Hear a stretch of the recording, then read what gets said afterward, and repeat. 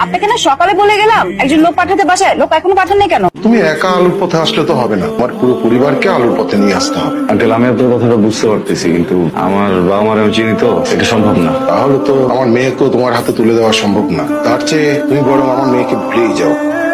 তোর ভাই তুই কে সাদি কই? সাদি ভাই একটা ট্রলার লয়ে সাগরের মাঝখানে গেছিল, ট্রলার ডুবে গেছে। সাদি আমার একমাত্র সন্তান, যেমনি পারস পূজা নিয়ে আয়, পুরো সমুদ্রের পানি সুইচে ফেলা।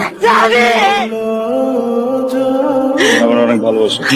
অনেক ভালোবাসি বাবা। আমি যেটা মনে করতে পারবো পারুন বাবা, পারুন। দুনিয়া সব কিছু করতে পারুন। আজকের পর থেকে তোমরা যে কাম করো সেখানে ছেড়ে দিবো। দেখ না, চারিদিকে তাকায় দেখ, যখন রাস্তাতে হাইটে যাস না, তোর লগে 10 জন পোলা পেঙ্গার সবাই সালাম দেয়। সবাই খালি সামনে সামনেই সালাম দেয়। বিড়ি কইরা কইরা এসব বস। ছাড়বা না? না ছাড়ুন না।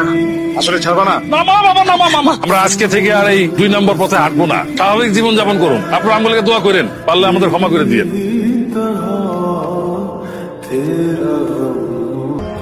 এই যে হ্যালো,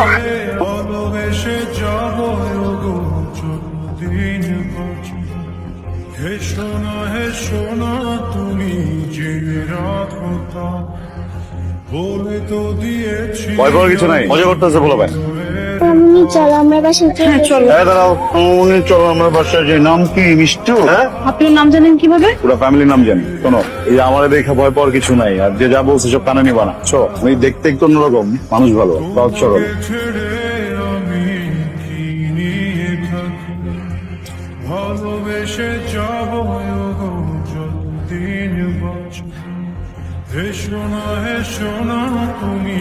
সমস্যার একটা সমাধান আমি বাইর করছি আমার দিক দিয়া। I love you.